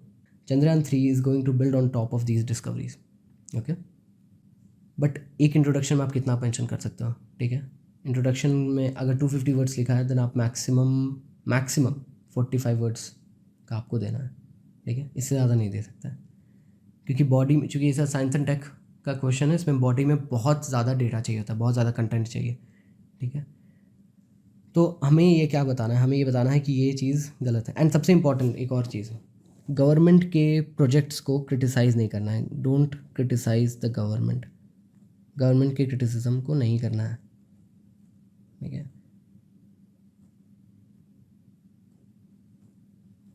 Big no, government criticism is a big no, okay. And चूँकि ये एकदम गवर्नमेंट का है, this is not a private enterprise, at least not right now, तो आप क्रिटिसाइज़ नहीं कर सकते हो चंद्रयान 3 को। आप ये नहीं बोल सकते हो कि हाँ पॉवर्टी है, हमें शायद इधर 500 करोड़ का प्रोजेक्ट की जगह हमें इसे पॉवर्टी एलिविएशन में खर्च करना है। No, you can not do this, ठीक है। तो आपको क्या बताना है बॉडी में, spending money on research does not take away money from poverty alleviation. उसके लिए भी मनी एलोकेट कर सकते हैं, इसके लिए भी कर सकते हैं। ऐसा कहीं नहीं लिखा है कि दोनों नहीं कर सकते हैं, ठीक है। ये अजम्पशन गलत है कि दोनों नहीं कर सकते हैं, ठीक है। ऐसा ये भी नहीं कर सकते कि a poor country should not have a space programme, ठीक है, क्योंकि बिना स्पेस प्रोग्राम के बहुत एसेंशियल सर्विसेज हैं जो नहीं हो सकते। Then let's mention those essential services, ठीक है। आप ये चीज़ मेंशन कर सकते हो कि कितने सारे प्रोग्राम्स ऑन गोइंग हैं फॉर पॉवर्टी इरेडिकेशन। आप बहुत सारा कर सकते हो, even for example assistance schemes हैं जो कुछ भी इंश्योरेंस नहीं पे कर सकते हैं, स्टिल उनको इंश्योरेंस मिलता है। मातृवंदना योजना जैसे स्कीम्स हैं for poor women, BPL women, इस टाइप के बहुत सारे स्कीम्स चल रहे हैं। आप एक दो मेंशन कर सकते हो इफ़ यू वांट, क्योंकि ये 250 वर्ड्स का है, यहाँ पे स्पेस है ये सब मेंशन करने का, ठीक है। Pouring money from space to poverty alleviation does not hasten its eradication. ऐसा नहीं है कि आप बस 500 करोड़ का एक स्पेस प्रोजेक्ट कट करके उसको पॉवर्टी एलिवेशन में डाल दो तो अचानक से पॉवर्टी एलिवेशन होराइजन में दिखने लग जाएगा, नज़दीक आ जाएगा हमारे। ऐसा नहीं है, ठीक है। एंड सबसे इंपॉर्टेंट एस्पेक्ट ये है कि अगर आप स्पेस रिसर्च में या किसी भी तरह के रिसर्च में पैसा स्पेंड करते हो ना, it comes back to you in ways जो उस समय परसीवेबल नहीं होता है, लेटर ऑन होता है, ठीक है। It helps solve poverty through education and research, newer job opportunities, okay. We have become much better at predicting storms and cyclones thanks to our weather satellites. Not just ये life save करता है by predicting weather and climate related things, it also long term help करता है समझने में and लोगों को बचाने में, not just life wise but also property wise, also agriculture wise, ठीक है। Satellite data is also used for helping farmers plant at the right time. Monsoon आने से जस्ट कुछ दिन पहले कुछ प्लांट को, जो एकदम मानसून डिपेंडेंट क्रॉप्स हैं, उनको प्लांट करना होता है। ये अनाउंसमेंट की जाती है डिपेंडिंग ऑन कि मानसून कितना डिलेड है या मानसून कब आने वाला है, ओके। जैसे इस ईयर 2023 में मानसून काफ़ी डिलेड था, specially in the eastern part of the country काफ़ी डिलेड आया। एंड वो सब अनाउंसमेंट चलते रहता है, गाँव में इन काम होता है बेसिकली एडमिनिस्ट्रेशन में, ऊपर से लेकर छोटे लेवल तक लोगों तक बात पहुँचाने का रिस्पॉन्सिबिलिटी दिया हुआ रहता है, ठीक है, कि जो फार्मर्स है वो करेक्ट टाइम पे प्लांटिंग करें। अदरवाइज मान लो अगर if they plant it and for 20 days rain नहीं होगा, देन वो सीडलिंग या जो छोटा प्लांट है या नर्सरी से निकाला हुआ प्लांट है वो मर जाएगा। ठीक है, which use to happen earlier जब हमारा अपना स्पेस प्रोग्राम नहीं था। Now we have space programme, we have multiple weather satellites जो कंसिस्टेंटली सैटेलाइट डेटा देखते रहता है प्रोग्रेस ऑफ मानसून्स। ओके, ये मैंने एक्सप्लेन किया इतना, we don't need to write this, but इतना लिखना काफ़ी है। The satellite data is also used for helping farmers. Okay, country's safety and defense has had a paramount impact because of space research. ये almost ये possible ही नहीं है in today's world without space program अपने country को completely safe and defense रखना एकदम possible नहीं है। and India के case में we do not have great neighbors. Okay, even more difficult हो जाता है। for example US के पास US के दो land neighbors हैं, एक कैनेडा है जिससे उसे कोई थ्रेट नहीं है, वो उसका एकदम मेजर अलाई है, नेटो का मेंबर है, एंड एक मेक्सिको है, इससे भी इसे कोई मेजर थ्रेट नहीं है। बट इंडिया का पाकिस्तान से भी मल्टीपल वॉर हो चुका है, इवन प्रॉक्सी वॉर्स कंटिन्यूसली चलता है, चाइना के साथ भी वॉर एंड बॉर्डर डिस्प्यूट्स होते रहते हैं। So we do not have great neighbours basically. So ऐसे केस में we can not afford to be complacent, हमें चाहिए, होना ही पड़ेगा। Safety also come is very paramount. Okay, आगे बॉडी में ये लिख सकते हैं हम लोग कि जो इसरो का टेलीमेडिसिन है वो काउंटलेस लाइफ सेव किया है, which exist on the back of technology that was considered extravagant in the 1990s। Satellite launch करना काफ़ी एक्स्ट्रावैगेंट लगता था एंड कंसिस्टेंटली फंडिंग कट्स होते रहा इंडिया के लिए, फंडिंग कट्स मिलता रहा because India is not that rich कि वो उतना स्पेंड कर सके जितना नासा स्पेंड करता है या इवन यूरोपियन यूनियन स्पेंड कर रहा है या इवन रशिया स्पेंड किया जितना। We don't have that much money, we never did, but वो टेक्नोलॉजी लेटर काम आता है। Therefore what is technology demonstration? आज ये चंद्रयान 3 जो कर रहा है ना वो टेक डेमो है कि देखो हम लोग ये कर सकते हैं। ओके, इससे न्यू जॉब अपॉर्चुनिटीज़ आएगा, न्यू ऑफर्स आएगा, अब तो प्राइवेटाइजेशन का ज़माना है। एंड ये technology demonstration later on somehow comes back to the normal people, civilians के हाथ में। Even something as small as जो फ़ोन है ना, फ़ोन एंड लैपटॉप्स, इनिशियली ये these were all developed for space tech या military tech, इन्हीं से निकल के आता है। इनोवेशन सबसे पहले यही दो जगह से निकल के आता है, फिर धीरे धीरे वो पोर इन होता है, ट्रिकल डाउन होता है टुवर्ड्स सिविलियन। ठीक है, एंड सिविलियंस लोग के पास में फिर वो टेक्नोलॉजी आ जाता है। फॉर एग्जांपल इसका सबसे मेजर एग्जांपल मैं दे सकता हूँ जीपीएस, जो that was completely developed for use by military. And आज ये इसके बिना लाइफ सोचना बहुत डिफिकल्ट हो जाता है। बिना जीपीएस के आप कुछ नहीं कर पाते, कैब्स नहीं बुला पाते, ठीक है, जोमेटो से डिलीवरी नहीं ले पाते, multiple cheese basically. So many things are completely dependent on this technology now. Okay, right, it will impact lives of millions in the future. ये चीज़ लिखना बहुत इंपॉर्टेंट है। ठीक है, और अब तो पैसे कमाने लग गया अपना इसरो, तो ये चीज़ भी हमें ये चीज़ मेंशन करना है। वन वेब के 36 सैटेलाइट्स वर लॉन्च्ड, ये चीज़ मेंशन करना है। ओके, कंक्लूजन में क्या लिखेंगे? कंक्लूजन में अगेन ये जो क्वेश्चन है ना, ये इस चीज़ को क्रिटिसाइज़ ही करना है, क्रिटिसाइज़ करते हुए ही नेगेटिव, मतलब जो सेंटेंस दिया है उसके पॉजिटिव में उसको नहीं करना, नेगेटिव में कंक्लूड करना है। India has just unfolded space wings with privatisation of space tech. India is sure to make this R&D not just profitable, but जो फ्यूचर में जब स्पेस और ज़्यादा यूज़ होने लग जाएगा, अभी रिसेंटली आपने देखा होगा इवन मल्टीपल बिलियनियर्स ने ये किया था, स्पेस फ्लाइट लिया बेसिकली। विथ टाइम वो मल्टीपल न्यू यूज़ केस निकल के आएगा स्पेस का, तब इसरो का ये R&D आज का किया हुआ बहुत काम आएगा। ये हमें किस तरह से लिखना चाहिए, इवन बेटर, इससे भी बेटर वे में लिखा जा सकता है डेफिनेटली। ये मैंने लिखा, ठीक है, आप इससे बेटर हो सकता है लिखे होगे। आप बस इसमें ये देखना है आपको, इस मॉडल आंसर में कुछ जो मिसिंग है आप वहाँ पे अभी अपने आंसर में ऐड कर लो। कुछ पॉइंट आपको लगा कि इसमें इंपॉर्टेंट दिया हुआ है, आप उसमें ऐड कर लो। Okay, India is sure to make this R&D not just profitable, but unlike other spacefaring countries, will bring technology to the masses with its belief in shared innovation. Indian poverty is definitely a challenge. ये accept करना है कि ये challenge है. We are still battling poverty. That needs to be worked out quickly, but it should not happen at the cost of our future.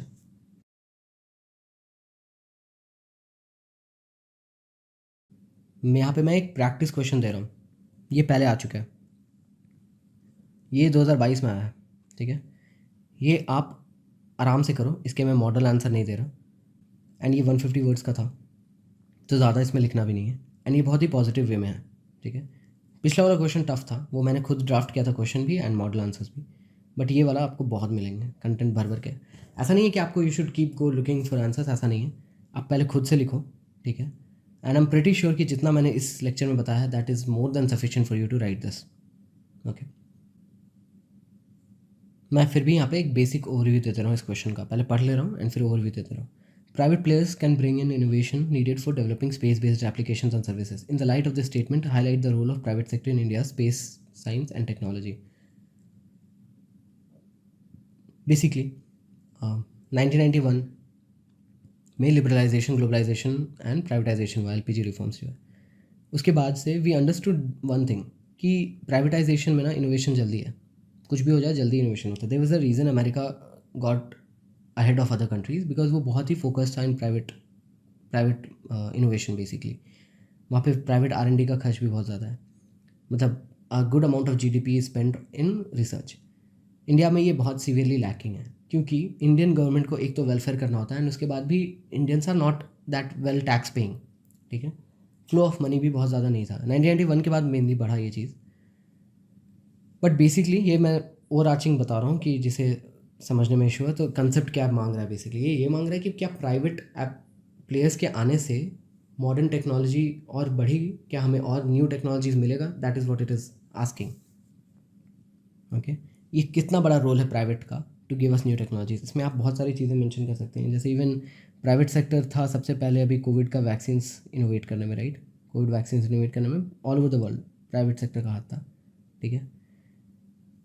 Government should be a regulator not a producer, okay, not a manufacturer. So basically आपको ये support यहाँ पे मिलेगा कि government को support करना चाहिए private players को, ठीक है, बट खुद नहीं उतरना चाहिए बिजनेस में। आपको इस तरह से इस चीज़ को रखना है, मतलब प्रो कैपिटलिस्टिक कंक्लूजन देना आपको, प्रो प्राइवेट, ओके। यहाँ पे ये पॉजिटिव सेंस में पूछा है, ठीक है। आप ये नहीं बोल सकते हो कि नहीं नहीं गवर्नमेंट के हाथ में होना चाहिए दिस टेक्नोलॉजी, ऐसा नहीं कर सकते हो आप, ठीक है। Moving to prelims PYQ next, okay.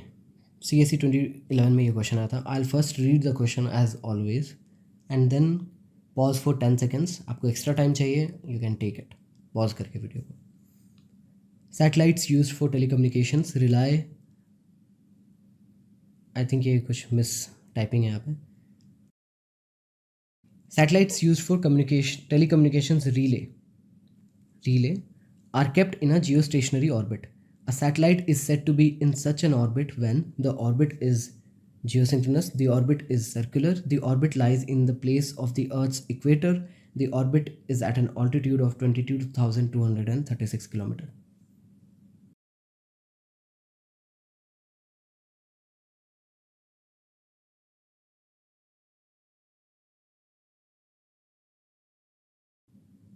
The answer is 1, 2 and 3. Okay, मैंने ये चीज़ बताया क्या, जियो स्टेशनरी ऑर्बिट, ये क्या है, एक special type of geosynchronous orbit है, स्पेशल टाइप ऑफ जियोसिंक्रोनस, मैंने कई बार बोला ये, राइट, बार बार मैं ये चीज़ बोल रहा हूँ, geostationary, okay. All geostationary orbits are geosynchronous, ठीक है। या आप इस तरह से इसको वेन डायग्राम से अगर समझना चाहते हो तो ऐसे समझो, ये जियो सिंक्रोनस है, ठीक है, एंड ये जियो स्टेशनरी है, ठीक है।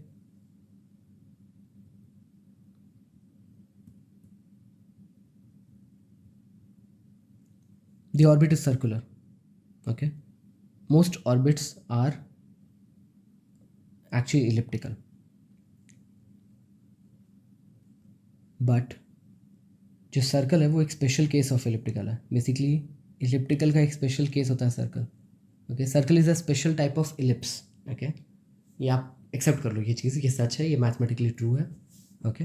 सो दिस स्टेटमेंट इज़ करेक्ट। जो हम लोग सैटेलाइट के ऑर्बिट्स लगाते हैं ना, चूँकि earth is a near sphere, तो हम लोग कभी भी नहीं चाहेंगे कि कोई भी जो सैटेलाइट है ना वो उसका डिस्टेंस कम या ज़्यादा हो, अनलेस वो GTO में हो। जो GTO है ना उसका ही बस ऐसा होता है कि वो depending on where it is उसका अर्थ से डिस्टेंस कम या ज़्यादा होता रहता है, ओके, जो जियो ट्रांसफ़र ऑर्बिट है। अदरवाइज सारे सैटेलाइट्स का डिस्टेंस ऑलमोस्ट सेम रहता है, ठीक है, from earth.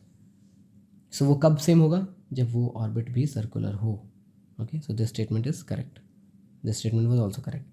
The orbit lies in the earth in the place of the Earth's equator. Geostationary orbit yes, but geosynchronous orbit no. ठीक है.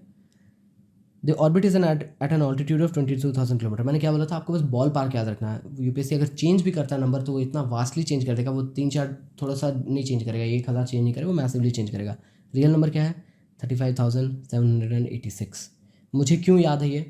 क्योंकि मैंने ये कई बार पढ़ रखा है, मैंने कई बार रिवाइज कर चुका है. आपको लगेगा कि ऐसा रैंडम नंबर कैसे याद होगा? नहीं याद करना है आपको रैंडम नंबर. आपको क्या याद रखना है? 35,000 के आसपास है, बस इतना याद रखना है. ठीक है. मैं फिर से रिवाइज कर दे रहा हूँ. लोअर ऑर्बिट का कितना है? 160 to 1000. ठीक है. आपको रट लेना है ये चीज़, एकदम रोड लर्निंग कर लो आप. ठीक है. 160 to 1000. ठीक है. एनीवे अगर आपको ये नंबर थोड़ा सा भी आइडिया होता देन वो 4-3 स्टेटमेंट्स में ऐसे एलिमिनेशन से ये करेक्ट हो जा रहा है. Next. Which one of the following statements best reflect the idea behind the fractional orbital bombardment system often talked about in the media? ठीक है, ये 2022 का क्वेश्चन है. A hypersonic missile is launched into space to counter the asteroid approaching the Earth and explode it in space. A spacecraft lands on another planet after making several orbital motions. A missile is put into a stable orbit around the Earth and deorbits over a target on the Earth. A spacecraft moves along a comet with the same speed and places a probe on its surface.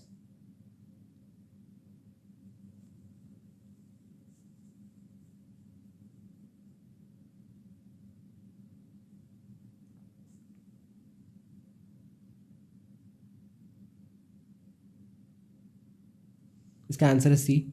A missile is put into a stable orbit around the Earth and deorbits over a target on Earth. Okay. अब ये देखो, fractional orbital bombardment system. Orbital यानी orbit से related है, bombardment system यानी bomb गिराना है. ठीक है, बॉम्ब गिराना है. बट कौन सा ऐसा कंट्री होगा जो ऐसा आइडिया ला रहा है to drop bombs on other things beyond earth? अभी तक तो नीड नहीं फील हुआ है. Hypersonic missile launched into space to counter the asteroid. बहुत साइंस फिक्शन साउंड कर रहा है ये, बहुत साइंस फिक्शन साउंड कर रहा है. Same for this one as well. Spacecraft moves along with a comet and places a probe on its surface. This is giving me वो कॉमेट वाली मूवी थी, right? I forgot the name. उसका vibes आ रहा है. काफ़ी sci fi है ये. ठीक है, काफ़ी साईफाई है. क्लियरली ऑर्बिट रिलेटेड है. ठीक है. आप ये देखो, यहाँ पे ऑर्बिट से कोई लेना देना नहीं है इस चीज़ को. एस्ट्रॉइड को ऑर्बिट से कोई लेना देना नहीं है, ये ऑर्बिट से ही बाहर हो जा रहा है.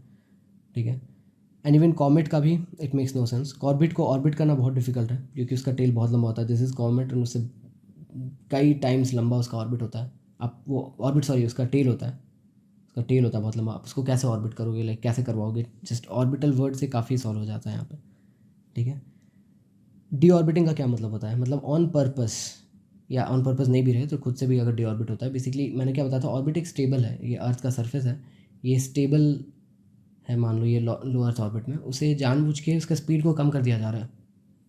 स्पीड कम होगा तो क्या होगा? वो धीरे धीरे अर्थ की ओर बढ़ेगा. ये सब एग्जैक्ट कैलकुलेशन किया जाता है ताकि वो एग्जैक्ट पॉइंट पे हिट करे. ओके.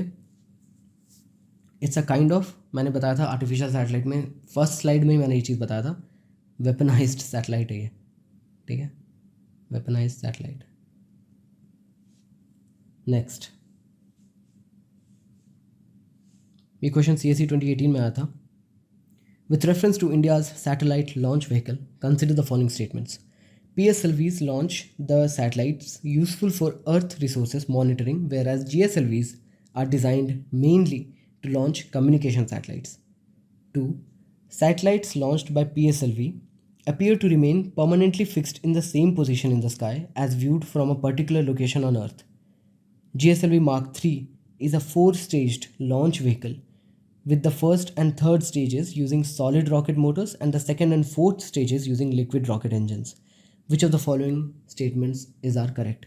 ये पूरी तरह से सॉल्वेबल है in today's lecture.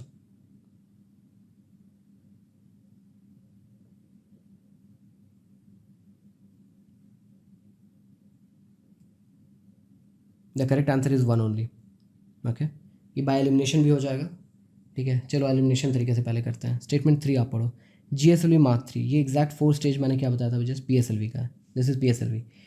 कुछ लोग एक चीज़ से कंफ्यूज होता है ना कि PSLV तो was older and come payload carry कर सकता है, mostly build for low earth orbit, छोटा है GSLV से, देन इसके 4 स्टेजेस क्यों होंगे, इसके 3 स्टेजेस होंगे, नहीं ये उल्टा है, ठीक है। PSLV के 4 स्टेजेस हैं, GSLV के 3 स्टेजेस हैं, GSLV या LVM 3, ओके, दोनों के 3 स्टेजेस हैं, ठीक है, ये चीज़ याद रखना है। एंड ये जो सॉलिड लिक्विड ये है, सॉलिड लिक्विड जो इस ऑर्डर में है 4 स्टेजेस, ये PSLV के लिए है। तो ये स्टेटमेंट करेक्ट है, बस ये चीज़ चेंज किया हुआ है, GSLV Mark 3 लिख दिया है। इसके 3 स्टेजेस हैं, एक सॉलिड है, एक लिक्विड है, एक क्रायोजेनिक है, ठीक है, ये मैंने पढ़ाया था, मैं फिर यहाँ पर रिवाइज कर दे रहा हूँ। तो 3 एलिमिनेट हो गया, 50-50। Satellites launched by PSLV appear to remain permanently fixed in the same position in the sky as viewed from a particular location on Earth.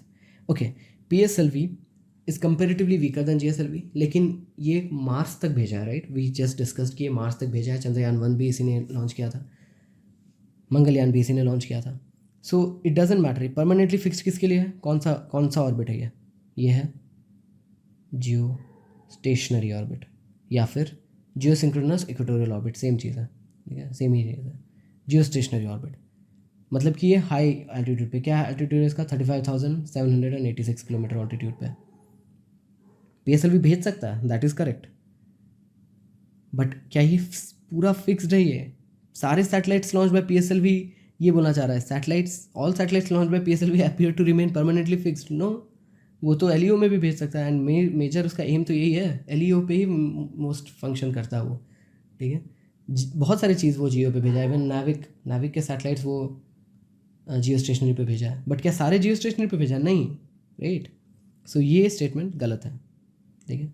ये स्टेटमेंट बेसिकली ये प्रेजेंट कर रहा है ना कि जितने भी सैटेलाइट्स PSLV लेके जाता है वो सारे जियो स्टेशनरी में ही जा सकते हैं और कहीं नहीं जा सकते हैं। सो ये कंसेप्ट टेस्ट कर रहा है कि क्या ऐसा है कि PSLV जो रॉकेट है उस पर डिपेंडेंट है कि कौन सैटेलाइट कहाँ जाएगा। नो, बिल्कुल नहीं, रॉकेट पे कोई डिपेंडेंसी नहीं है ऐसा, ठीक है। ये इसलिए कंसेप्ट जानना आपके लिए ज़रूरी है, एंड सिर्फ नाम जान लेने से आप बहुत सारे क्वेश्चंस नहीं सॉल्व कर सकते हैं। कुछ डिफरेंट कर लेगा हर बार, UPSC कुछ अलग कर लेगा, एंड देन इट्स लाइक ये नहीं कि पता था, ये कैसे पता चलेगा। आप बस बेसिक कंसेप्ट्स क्लियर करो तो आप एलिमिनेट करने लग जाओगे स्टेटमेंट्स को, ठीक है। तो बेसिक कंसेप्ट्स क्या है, वो कई जगह पे जाएगा, कहीं भी जा सकता है, LEO जा सकता है, GSLV जा सकता है, वो MOM को मार्स तक ले जा सकता है, एनीथिंग। एक्चुअली मार्स तक नहीं ले जाता, वो GTO तक ले जाता है, जियो ट्रांसफर ऑर्बिट तक, वहाँ से फिर वो खुद प्रपोल करता है। बट एनीवे उतना डिटेल में हम लोग नहीं जाएंगे। Basically it can do a lot of things, ठीक है, बोथ PSLV एंड GSLV। बस यही डिफरेंस है, PSLV can carry less load than GSLV, okay. GSLV is more modern, better, okay. So statement 1 by elimination. Next CSE 2011 का question है ये, what is the difference between asteroids and comets. बहुत ही straightforward question है, and कुछ चीज़ ये आज के लेक्चर्स हैं, बट पिलर A2 से बहुत सारा कंसेप्ट इसमें आपको चाहिए होगा to solve this question, okay. Asteroids are small rocky planetoids, while comets are formed of frozen gases held together by rocky and metallic material. Asteroids are found mostly between the orbits of Jupiter and Mars, while comets are found mostly between Venus and Mercury. Comets show a perceptible glowing tail, while asteroids do not.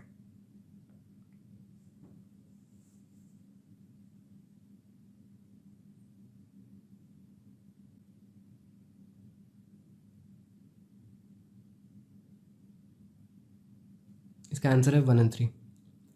Asteroids are small rocky planetoids, while comets are formed of frozen gases held together by rocky and metallic material. ये statement correct है, ठीक है। ये statement पूरी तरह से गलत है। How do we know? Comets तो बहुत दूर से आते हैं, बहुत दूर से आते हैं। मैंने क्या बताया था कॉमेट्स के बारे में? वो जो क्यूपर बेल्ट है, क्यूपर बेल्ट, या तो ये इससे आते हैं या इसके भी beyond. We even scientist do not exactly know कि कॉमेट्स का ओरिजिन कहाँ है, ठीक है, but it is further back, it is even further than Neptune, okay. And how do we know this? क्योंकि उनका ऑर्बिट जो है ना, वो जैसे सन का ऑर्बिट है, उनका orbit it's almost like this, ऐसे वो लोग जाते हैं, ऐसे ऑर्बिट करते हैं बेसिकली। इतना शार्प नहीं होगा बट ऐसा ही है, ओके। पैराबोलिक या हाइपरबोलिक इस टाइप का उनका ऑर्बिट्स है। And perceptible glowing tail, of course comets, मैंने अभी जस्ट पहले भी बताया था कि बहुत लंबे लंबे टेल्स के लिए जाना जाता है। हमें आसमान में टेल दिखता है when a comet appears, okay. So third statement is correct, statement 1 and 2, 1 and 3. Next, although ये क्वेश्चन CSE 2005 में आया था, ये पुराना है, but this is extremely related to orbits. मैं बस ये दिखाना चाह रहा हूँ कि ऑर्बिट्स पे कितना ज़्यादा क्वेश्चन पूछता है। एंड दिस इज़ जस्ट, मैंने जस्ट सिविल सर्विसेज के पिक किए हैं इस वीडियो के लिए, क्योंकि इतने सारे PYQs करना पॉसिबल ही नहीं है of different UPSC exams. But even CDS में एंड जियोलॉजिस्ट के एग्ज़ाम में एंड इवन CAPF में बहुत फ्रीक्वेंटली ऑर्बिट रिलेटेड क्वेश्चंस आए हुए हैं, मतलब बहुत संख्या में। इसलिए मैंने बोला ऑर्बिट बहुत इंपॉर्टेंट है, अच्छे से पढ़ लेना है। अगर नहीं कंसेप्ट समझ आता है देन उसे डेफिनेटली रोट लर्निंग कर लेना है, बट नहीं भूलना है। We have to do this. Okay, statement 1, a geostationary satellite is at an approximate height of 10,000 kilometre. FM transmission of music is of very good quality because the atmospheric or man-made noises which are generally frequency variations can do little harm. Which of the following statement is are correct? मैं 10 seconds रुकूंगा।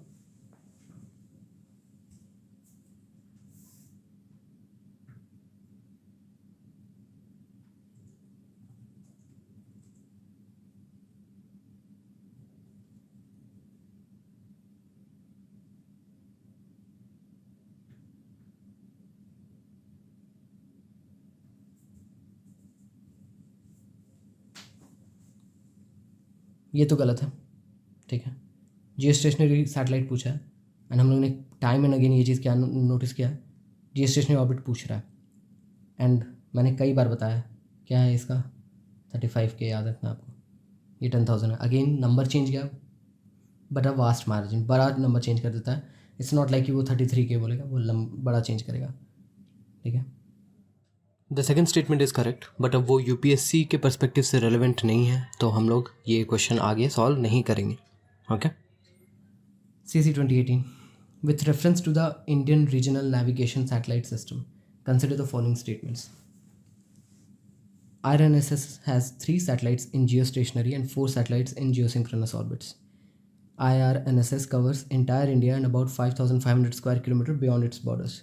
India will have its own satellite navigation system with full coverage by the middle of 2019.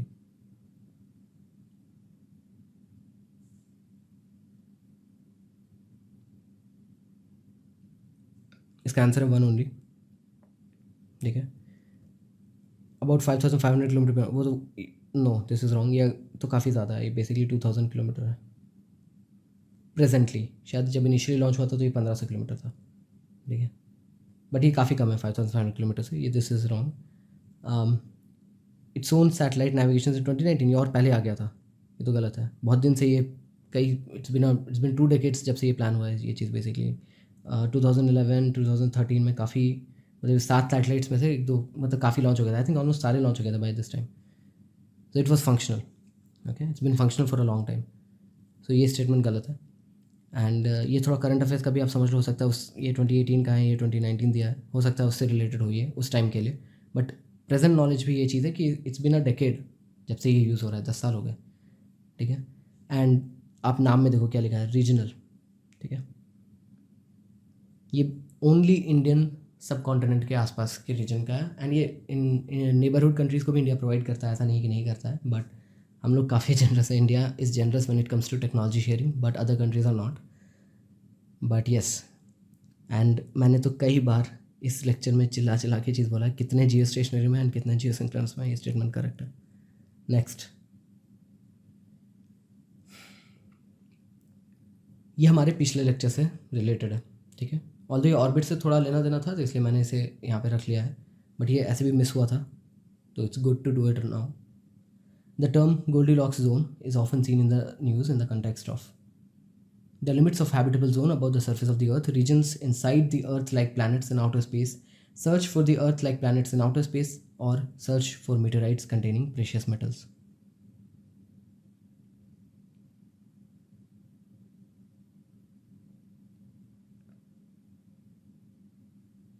ये है search for earth like planets in outer space. Goldilocks zone क्या है? ये वो zone है, ये स्टार है एंड उसके कुछ दूरी पे ये जोन है जिसमें अगर कोई प्लैनेट है तो वो ना ज़्यादा वार्म होगा ना वो ज़्यादा कोल्ड होगा, just right for life. For example हम लोग के सोलर सिस्टम का एग्जांपल ले लेते हैं, ठीक है। ये हमारा सोलर सिस्टम है, ये हमारा सन है, ओके। यहाँ पे मरकरी है टू क्लोज, उसका जो side facing the sun is too hot, the side not facing the sun is actually not that hot, but still very inhabitable, okay। जो वीनस है वो भी सन से बहुत करीब है एंड उसका एटमॉस्फेयर बहुत थिक है, जिसकी वजह से उसका टेम्परेचर सबसे ज़्यादा, it's the hottest planet, so definitely that doesn't work for us. Earth is in the goldilocks zone. And then there is mars. Mars is colder than what we need, ठीक है, so that also doesn't work. Okay, and further away it's even much colder, so वो भी नहीं हो सकता है. सो हम लोग जब भी कोई भी आउटर अपने बियॉन्ड जो दूसरे सोलर सिस्टम को जब हम लोग देखते हैं, कौन से solar system, star systems, not star system actually, planetary systems. Earth के बियॉन्ड जितने प्लानिटरी सिस्टम्स हम लोग स्टडी करते हैं जब भी, तो we do this kind of an approximation कि अगर वो स्टार इतना बड़ा है एंड वो इतना रोशनी कर रहा है, मतलब वो इतना हीट जनरेट कर रहा है, देन उसके कितने डिस्टेंस पे कोई प्लानट हैबिटेबल जोन में लाइफ जहाँ पे पनप सके. This thing is called Goldilocks zone. Okay, ये गोल्ड की वजह से यहाँ पे ये स्टूपिड सा ऑप्शन दिया हुआ है, बट ऑफ कोर्स ये नहीं होगा, ठीक है. The first option habitable zone, ये उन लोगों के लिए जो हड़बड़ी में रहते हैं एंड तुरंत हैबिटेबल जोन देख के लगा देंगे, ठीक है. बट ये क्या है, the limits of habitable zone about the surface of the earth, that is the carbon line, right, between atmosphere and space. Even ये भी एग्जैक्ट नहीं है, ठीक है, because this is very difficult to even understand what exactly this means. But जो nearest correlation वो यही है, carbon line at 100 kilometre above surface. देखिए, उसके बियॉन्ड हैबिटेबल नहीं बोल सकते, उसके बियॉन्ड स्पेस स्टार्ट होता है. But that has nothing to do with Goldilocks. ये मैंने आज के लेक्चर में कार्बन लाइफ मेंशन किया था. Okay, so yes, inside earth like planets, what, it makes no sense. Third option is the correct option. Next, what we read in pillar A3 space technology part 1, हमने artificial satellites पढ़ा, orbits पढ़ा. Actually ऐसे जाने से अच्छा है ना, let's just do a very quick revision through the slides itself. वो स्लाइड में जो लिखा हुआ है उससे आपको याद भी हो जाएगा. Let's quickly do that. Artificial satellite, any object जो इंटेंशनली प्लेस्ड है इन एनी ऑर्बिट. ISS भी एक तरह का आर्टिफिशियल सैटेलाइट है. इसका क्या क्या यूज़ हो सकता है, communication delay, weather forecasting, even weapon delivery. Okay, ये सब चीज़ हम लोगों ने देखा, ठीक है. ऑर्बिट क्या होता है हमने समझा, बेसिकली एक स्टेबल सर्कुलर पाथ अराउंड अ हेवियर ऑब्जेक्ट, ठीक है, जो यूजुअली पीरियोडिक होता है. यूजुअली नहीं, पीरियोडिक ही होता है. ओके, नेक्स्ट हमने लो अर्थ ऑर्बिट समझा. क्या है उसका ऑल्टीट्यूड, 160 किलोमीटर टू 1000 किलोमीटर. हमें ये चीज़ हमेशा याद रखनी है. यहाँ पे स्पीड हाईएस्ट होता है. Speed of a satellite is highest in low earth orbit, ठीक है, ये नहीं भूलना है. ISS, Starlink, Iridium, most communication satellites, 95% of all satellites इसी में. मीडियम अर्थ ऑर्बिट, ये बिटवीन LEO एंड GEO है, ठीक है. स्पीड LEO से थोड़ा कम चाहिए, ठीक है. GLONASS and most navigational satellites इसी में है. नेक्स्ट, जियोसिंक्रोनस ऑर्बिट, ये है इसमें सबसे कम ऑर्बिटल स्पीड चाहिए basically. Orbital duration is 24 hours, ठीक है. Satellite television, weather sats and India का नेविगेशन सिस्टम इसी में. ऑल्टीट्यूड एग्जैक्ट याद रखना है, 35,000 किलोमीटर अबव अर्थ सर्फेस, ठीक है. ये है जियो stationery orbit, special case of geosynchronous orbit. जो भी ऑब्जेक्ट है वो ऐसा लगता है जैसे वो स्टिल है स्काई में, ठीक है. इसका भी ऑल्टीट्यूड सेम है, 35 के, ठीक है. कुछ 3 सैटेलाइट एक्चुअली नाविक के इसी में है. Next, polar orbit, special type of low earth orbit, altitude 650 kilometres.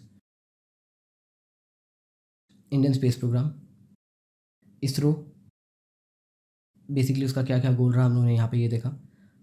इसमें हम लोगों ने देखा कि क्या मेजर माइलस्टोन्स रिसेंट टाइम में इसरो ने अचीव किया है, ठीक है.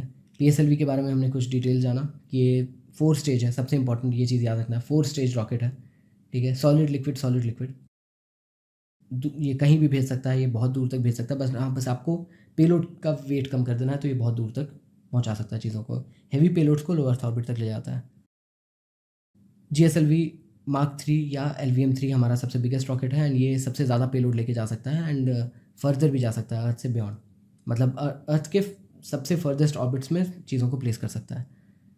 PSLV भी कर सकता है, बट ये ज़्यादा हेवियर पेलोड्स को लेके कर सकता है. चंद्रयान 3 हम लोग क्विकली, ये 3 चीज़ हमें रख लेना है बेसिकली. 3 पेलोड्स जो लैंडर के साथ थे, 2 पेलोड्स जो रोवर के साथ थे, ठीक है. चंद्रयान 3 का जर्नी, वैन आलन बेल्ट हमने देखा. क्यों वो वैन आलन बेल्ट पर रह सकता है, उसे कोई इशू नहीं है. बट जो ह्यूमंस जब गए थे तो उन्हें 4 दिन में ले जाया गया था. हम क्यों इन्हें ज़्यादा टाइम लगा रहे हैं, बिकॉज हम लोग ग्रेविटी असिस्ट कर रहे हैं. हमने ग्रेविटी असिस्ट सीखा. क्या ग्रेविटी असिस्ट क्या तरीका है, basically to fall towards the heavier object, basically earth in this case, to accelerate. Gravity assist accelerate भी होता है, डिसेलरेट भी होता है। मून जाके वो यही ग्रेविटी असिस्ट यूज़ करेगा टू डिसेलरेट। हम लोग को ये वर्ड याद रखना है, ये चीज़ क्या है, ठीक है। जियो ट्रांसफर ऑर्बिट याद रखना है क्या है। Okay, why is Chandrayaan doing this to conserve fuel. Next, mains का प्रैक्टिस क्वेश्चन हमने करा, ये नहीं रिवाइज करेंगे। प्रीलिम्स के क्वेश्चन फिर हम लोगों ने देखा, इसे नहीं रिवाइज करेंगे। So that's all for this class. Okay, topics that we will cover in the next lecture, space technology का पार्ट 2, ठीक है। कुछ कुछ चीज़ें बची हुई है वो हम लोग करेंगे। ऑल्दो ये क्लास कंपेरेटिवली स्मॉल होगा, कंपेरेटिवली छोटा होगा, ठीक है। आज का क्लास थोड़ा लंबा हो गया, ठीक है। ऑलमोस्ट यूजुअली 1 आवर का क्लास रखते हैं हम लोग, आज 50% ज़्यादा चला गया, बट कोई नहीं, ये बहुत ही इंपॉर्टेंट टॉपिक था। सबसे इंपॉर्टेंट एक्चुअली इस पूरे पिलर का सबसे इंपॉर्टेंट टॉपिक था ये, ठीक है। सो उसका हम लोग मेजर हिस्सा कर लिए हैं कंपेयर। कल वाले में हम लोग क्या क्या करेंगे, इंडिया इन स्पेस के other programmes other than Chandrayaan, उसके कुछ प्रीलिम्स करेंगे, कुछ मेंस के भी करेंगे, ठीक है। Other missions that were sent by NASA, EU, China, Japan and related PYQs। Although हम लोग पुराने PYQs नहीं करेंगे, इसके ओल्डर PYQs नहीं करेंगे। क्यों नहीं करेंगे, क्योंकि वो करंट अफेयर्स से रिलेटेड थे, उस समय न्यूज़ में थे, अभी नहीं है, we won't care about it. But हाँ, अप टू 5 ईयर्स का देखेंगे हम लोग, अप टू 5 ईयर्स फोकस करेंगे 3 ईयर्स में, बट 5 ईयर्स का भी थोड़ा मोड़ा देख लेंगे। एक मैं पूरा टेबल बना के दिखाऊंगा, ठीक है। क्यों हम लोग ऐसा करेंगे, क्योंकि 2020 में मैंने बताया ना, 2020 के प्रीलिम्स में उन्होंने 2015 का एक मिशन के बारे में पूछा था, लीसा। ओके, सैटेलाइट कॉलिंग हम लोग करेंगे, देखेंगे क्या चीज़ है बेसिकली। ये बहुत ही पुराना चीज़ है, बट आईफोन ने इंट्रोड्यूस किया recently in mobile phones, which is new, वो देखेंगे हम लोग। Satellite based internet, Starlink, one web देखेंगे, ठीक है। एंड अर्थ साइंस का कुछ हिस्सा करेंगे, जो जिसको सेपरेटली नहीं कर सकते अलग से, तो उसे हम लोग इसी में करेंगे, ठीक है। उससे रिलेटेड नहीं है स्पेस टेक्नोलॉजी से, बट कल के क्लास में करेंगे। कल का क्लास थोड़ा कंपेरेटिवली छोटा होगा, 50 मिनट्स का होगा करीब, या 45 मिनट्स के आसपास। Thank you, see you guys in the next class.